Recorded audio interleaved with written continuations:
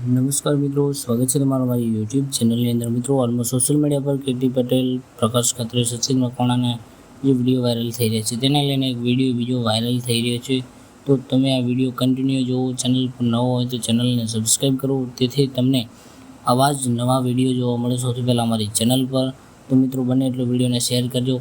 તમારું મંતવ્ય કોમેન્ટ બોક્સની અંદર જણાવી શકો છો કે તમે કોના સમર્થનમાં છો, કોને સપોર્ટ કરવા માગો છો ને કોણ સાચું છે તે તમે કોમેન્ટ બોક્સની અંદર જણાવી શકો છો। તો વિડીયો તમે પૂરો જોયો તો પ્રકાશ ખત્રીનો અત્યારે ખૂબ જ વિડીયો વાયરલ થઈ રહ્યો છે અને કીર્તિ પટેલનો પણ વિડીયો વાયરલ ઘણા એવા થઈ રહ્યા છે પ્રકાશ ખત્રીને લઈને।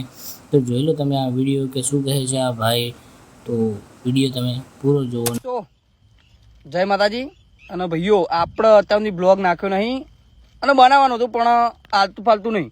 અને આપણા આજ સુધી જે કોઈ બી વિરુદ્ધ બ્લોગ બનાવ્યા છે ને તો સાચામાં જ બનાવ્યા છે અને આ એક ભાઈ માટે બનાવ્યો છે।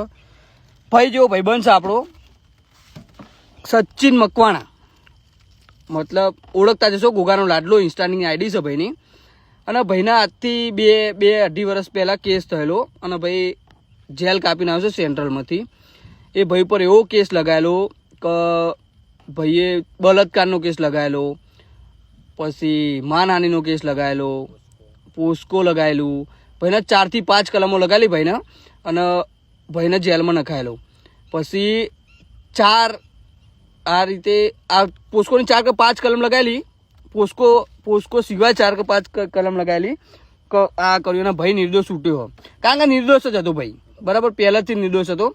અને આ વસ્તુ બધા છોકરાઓને કહેવા માગું છું, બરાબર, જે બી આપણા ભાઈઓ રહ્યા ને મારાથી નાના કે મારા મોટા ભાઈઓ, બધાને કહેવા માગું છું કે ભાઈ ને આ વિડીયો પૂરેપૂરું જોજો અને જેટલામાં બને ને એટલાને વધારેમાં વધારે શેર કરજો।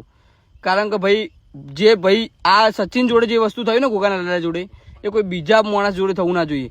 અને બીજું એક કે ભાઈ એના પપ્પા ને બધાનો જીવ હોય છે, આપણો બી સહજ જીવ, બરાબર। તો એના પપ્પાએ એને બચાવવા માટે બહુ બધા પ્રયત્નો કર્યા, કંઈ ના થયું। છેલ્લે એમની જાન બી એમને આપી દીધી એ છોકરા માટે। તો એ સામેવાળા લોકોનો કોઈ ફરક ના પડ્યો, બરાબર। છોકરો નહોતો વાંકમાં, સચિન મકવાણા ઉર્ફે ગોગાનો લાડલો ભાઈ વાંકમાં નહોતો, છતાં એને જેલ કાપવી પડી અને તોય નિર્દોષ છૂટી તો ગયો જેલમાંથી, બરાબર। પણ હવે જેલમાંથી તો નિર્દોષ છૂટી ગયો રે, કોર્ટમાંથી નિર્દોષ છૂટી ગયો, પણ પહેલાં એના પપ્પા એ પાછા આપી દેવાના એ લોકો।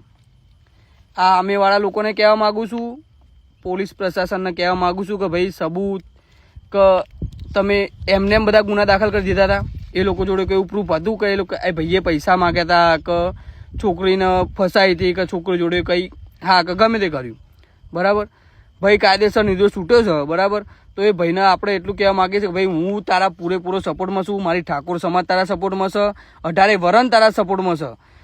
તો વધારેમાં વધારે વિડીયો શેર કરો ને, ભાઈને જસ્ટિસ મળવું જોઈએ ને ભાઈ આવેદનપત્ર આપવા જવાનું થશે ને તો મારી ઠાકોર સમાજ 18 વરણ તારે બાજુ જ છે ભાઈ, બરાબર। અને બિંદાસ આવીશું, જ્યારે જરૂર પડે ત્યારે બિંદાસ કોલ કરી દેજે, તારું આ ભાઈ આવીને ઊભો રહેશે, બરાબર। સો અને ભાઈ બધાએ ભાઈઓને વિનંતી છે કે ભાઈ વધુમાં વિડીયો શેર કરજો, ભાઈને જસ્ટિસ મળે, બરાબર। જય માતાજી, જય ઠાકોર સમાજ।